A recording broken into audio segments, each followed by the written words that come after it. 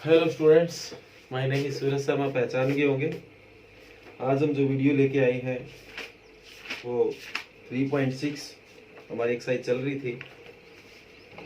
तो इसमें कल हम 6 पार्ट कर चुके हैं। आज पार्ट नंबर 7 और 8 करना है, जो कि दोनों मोस्ट इंपॉर्टेंट पार्ट और दोनों एक जैसे भी हैं। तो ध्यान से देखोगे तभी जाके बात बनेगी। क्वेश्चन नंबर फर्स्ट है, पार्ट नंबर 7 है।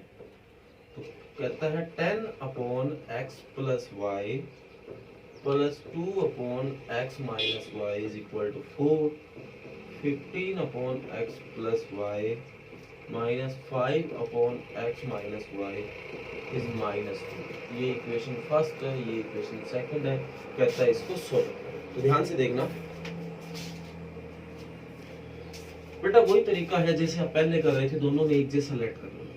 लेट करो, ऊपर तो ऑलमोस्ट हम वन ही लेते हैं ताकि कोई डिस्टरबेंस ना हो, कोई कॉमन वगैरह ना लेना पड़े। इसको ए लेट कर लिया और 1 अपॉन एक्स माइनस वाई को बी लेट कर लिया।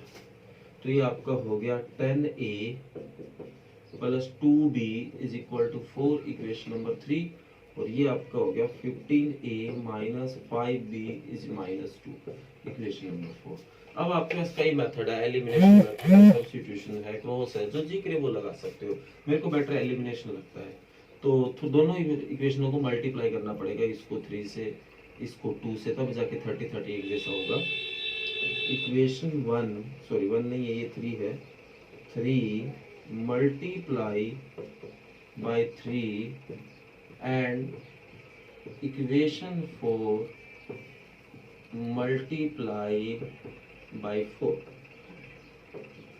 सॉरी 2। ये आपका आ गया 30 है, ये आपका आ गया 30 से मल्टीप्लाई किया ना, सॉरी 3 से, ये आ गया 3 से मल्टीप्लाई करने के बाद 6b, और ये 3 से मल्टीप्लाई किया तो आ गया 12। ये 2 से किया 30a, ये 2 से किया 10b, ये 2 से किया -4। और दोनों साइन पॉजिटिव है, सब्ट्रैक्ट करना पड़ेगा। सब्ट्रैक्ट, तो sign change, minus plus plus, तो इससे तो कट ही हो गया। ये आपका आ गया 16b, ये आपका आ गया 16। तो b is equal to 16 by 16, तो b इज इक्वल टू क्या आ गया 1। ठीक है, ये बनना आ गया। तो the value of b put in 3। तो देखो क्या बनता है, 10a प्लस 2bb की जगह 1 आया है इज इक्वल टू 4। तो 10a plus 2 is equal to 4, तो प्लस का 2 इधर आके माइनस का 2, तो 10a इज इक्वल टू 2, तो a 2/10, तो a इज इक्वल टू 1/5। आ गई a और b की वैल्यू। अब आप ये वैल्यू वापस पुट करते हैं, तो देन 1 अपॉन x plus Y is equal to a, तो a की वैल्यू 1/5। इसी तरह 1/x minus Y is equal to b, b की वैल्यू 1, तो 1 को 1/1 लिखा। तो क्रॉस मल्टी किया तो x plus Y is equal to 5, equation number 5 आ गया आपके पास। और ये अगर क्रॉस मल्टी करता हूँ तो x minus Y is equal to 1, equation number 6 आ गई। अब क्या है, यहाँ से नई बात यही बतानी थी, पहले यहाँ से बस सोल्व कर लेते थे। अब आपके पास दो नई इक्वेशन आ गई, उनको फिर सोल्व करो, अगेन सोल्व। तो सोल्व क्या करना, y y से कट ही हो रहा है, ऐड कर दो, तो y से y कट हो गया, 2x इज इक्वल टू 6, तो x इज इक्वल टू क्या आ गया 3। The value of x put in 5, तो x की जी वैल्यू आई है 3, तो यहाँ पुट करते हैं, तो 3 plus y is equal to 5, plus का 3 इधर आके माइनस का 3, तो y इज इक्वल टू क्या आ गया 2। तो ये आपका क्वेश्चन नंबर 7 पार्ट है, फर्स्ट का मोस्ट इंपोर्टेंट है। इसी तरह 8वां पार्ट है जो कि आपको अपने आप करना है। और बाकी इसके जो सारे पार्ट ऑलमोस्ट मैंने करवा दिए थे आपको। अगर फिर भी किसी पार्ट में आपको कोई दिक्कत आई है तो आप कमेंट करके बताओगे, तो आपकी प्रॉब्लम सुनी जाएगी और उसका सॉल्यूशन किया जाएगा। नेक्स्ट वीडियो जो भी मैं बनाता हूं उसमें आपके जो भी कमेंट आते हैं मैं उन सारे प्रॉब्लम्स को सोल्व करके अगली वीडियो में करवा देता हूँ।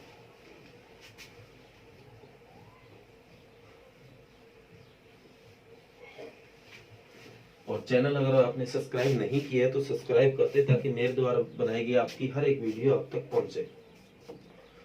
क्वेश्चन नंबर 2 कहता है,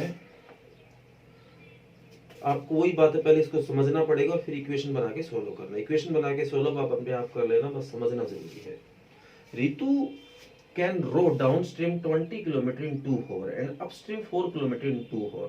Find her speed on rowing in still water and speed of the current.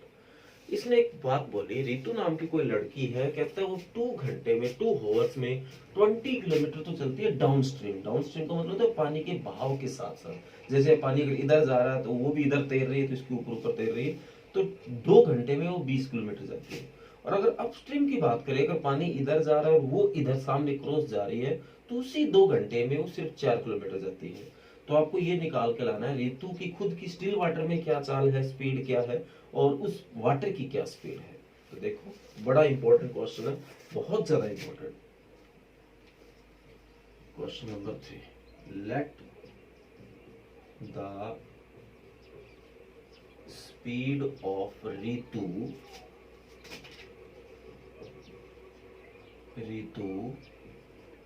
in still water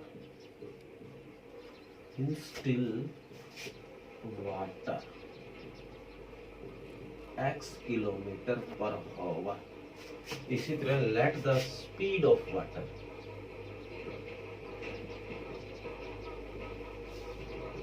y kilometre per our. Let the distance travel by Ritu in downstream। Downstream में वो जो distance travel करेगी वो कितना, वो आपको पता, अगर पानी के साथ साथ चलेगी तो पानी की भी स्पीड और उसकी स्पीड दोनों प्लस होती जाएगी, तो x plus y kilometre per hour. इसी तरह डाउनस्ट्रीम के बजाय अगर अपस्ट्रीम हो तो आपको पता है स्पीड तो रितु की ज्यादा होगी, क्योंकि वो 2 घंटे में 4 किलोमीटर जा रही है, तो रितु की स्पीड आपको पता है ज्यादा है, पर टक्कर होगी इनकी, तो x माइनस वाई किलोमीटर कम कर देगी उसकी स्पीड को। अब आगे बोला, रितु कैन रो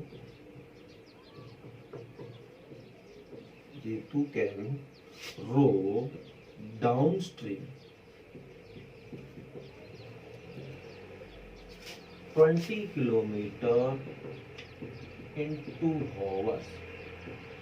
वो 2 घंटे में 20 किलोमीटर चली जाती है, तो 1 घंटे में कितना डिस्टेंस हुआ x प्लस वाई, तो 2 घंटे का निकालना तो 2 से मल्टी कर दो, और वो डिस्टेंस कितना है 20, तो 2 जाके डिवाइड में, तो x plus y 20 divide by 2 कितना आ गया 10।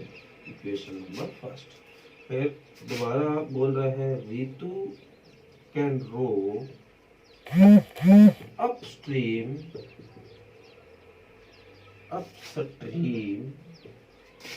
4 kilometre in 2 hours।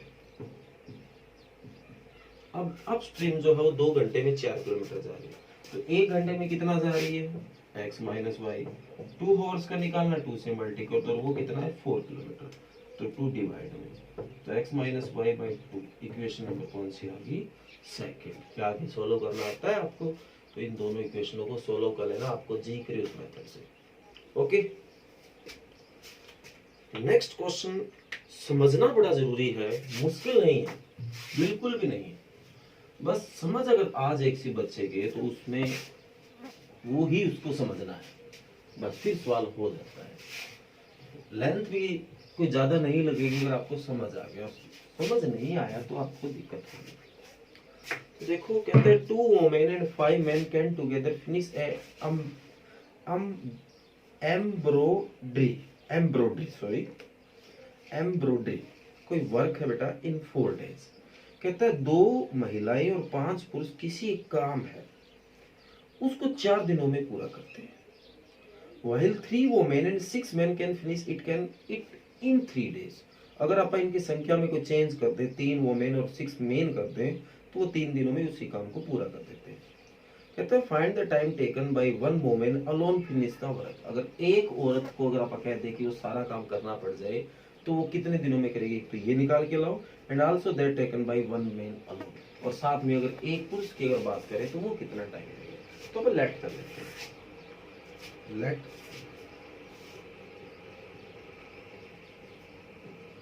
Late time taken by one woman to finish the work. Let time taken by one woman to finish the work is equal to x days. इसी तरह let the time taken by one man to finish the work is y days. मान लो एक आदमी 5 दिन में वो काम पूरा करता है, इसी तरह औरत है वो भी कुछ दिनों में पूरा करती है। तो अब एक दिन का काम निकालते हैं। लेट द वर्क फिनिश या work done by one women in one day. एक दिन में एक औरत द्वारा किया गया कार्य। अब मैं कहता हूं कि एक औरत किसी काम को 5 दिन में पूरा करती है, और अगर एक दिन का अगर निकाल के लाना तो वो कितने काम को पूरा कर देगी? तो 1/5 उस काम का 5वां हिस्सा। समझ आ गया? आप किसी काम को पूरा करने में 5 दिन लगाते हैं, आपने वो कहते एक दिन में बताओ कितना करोगे, तो उस काम का 5वां हिस्सा तो 1/5 इतना पार्ट वो उस काम का पूरा कर देगी एक दिन में। सॉरी 5 में x चल रहा है तो x। इसी तरह let work done by one man in one days, तो वही 1/5 पार्ट। आगे देखो क्या बोला, 2 women and 5 men can together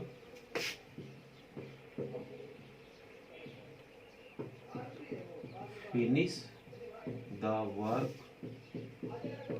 in 4 days. 2 औरत और 5 मेन मिलके उस काम को 4 दिन में पूरा करते हैं। आपा निकालते हैं सारे मिलके एक दिन में कितना काम पूरा करते हैं। एक औरत एक दिन में करेगी 1/x पार्ट। अगर मैं 2 औरत अगर यहाँ हो जाए अपने पास तो क्या करेंगे, तो उसी काम का एक दिन में 2/x पार्ट हो जाएगा। इसी तरह अगर एक आदमी एक दिन में इतना काम करता है तो 5 आदमी कितना करेगा, 5/1। और ये सारा जो मिलके है ये 2 और देखो 2 मेन और 5 मेन किसी काम को 4 दिन में करते थे। अब दोनों का अपन ने एक दिन का काम निकाला है, तो वही बात दोनों मिलके एक दिन में उस काम का 4था हिस्सा पूरा करते हैं। क्या आपको समझ है? देखो एक वुमेन एक दिन में इतना काम करती है, एक मेन इतना करती है, तो 2 वुमेन 1/x हो जाएगा और 5 मेन 5/y हो जाएगा। और ये दोनों मिलके 4 दिन में कोई काम पूरा कर सकते थे, तो ये तो एक एक दिन का काम है इनका, तो एक एक दिन का दोनों का अगर मिला दिया जाए तो उस काम का भी तो 4था हिस्सा होगा एक दिन में, तो वो 1/4 इक्वेशन नंबर फर्स्ट। इसके बाद बोला 3 वुमेन कर दे अपन एंड 6 मेन कर दे, तो उस काम को पूरा करने में 3 डेज लगते हैं। तो वही बात भाई, एक वुमेन करती है 1/x, तो 3 करेंगी 3/x, इसी तरह 6/y, और दोनों मिलके उस काम को 3 दिनों में पूरा कर रहे थे, तो ये उनके एक ही दिन का काम है, तो वो 1/3 डेज में होगा। Equation number second. अब आगे कैसे होगा आपको पता है, 8 पार्ट आप अगर के उन्हीं तरीके से होगा, वही 1/x को a लेट कर लो, 1/y को b लेट कर लो, 2 इक्वेशन बनेगी, आगे को सोल्व करते रहना। थर्ड पार्ट है वो भी इसकी कॉपी है, इसकी तरह होगा, अगर फिर भी ना हो तो आप मेरे को कमेंट कर सकते हैं। तो ये बड़ा इंपॉर्टेंट वर्क है बेटा, इसको आप समझोगे तो बड़ा आसान लगेगा। अगर ये समझ नहीं आया तो वीडियो बैक करके आप दोबारा भी देख सकते हो। कई बार चीज नहीं एक बार में समझ आती तो वो दूसरी बार में समझ आ जाती है, और अगर फिर भी ना समझ आए तो आप कमेंट करके इस पार्ट के बारे में प्रॉब्लम रख सकते हो। कल ये पार्ट आपको दोबारा बता दिया जाएगा, और कोशिश ये रहेगी कि आपको ये समझ आ जाए। थैंक यू, और ध्यान से ये वर्क करोगे, और इसकी एक कॉपी अपने घर पे लगा लो, और ये कॉपी में वर्क आपको करना है। और अगर कॉपी में नहीं करोगे तो आप भूल जाओगे 4 दिन पहले क्या वर्क था, 6 दिन पहले क्या वर्क था, आपको याद नहीं रहेगा। तो कॉपी में ये चीज करते रहा करो, और कोई क्वेश्चन ना हो रहा तो बताया करो। Thank you.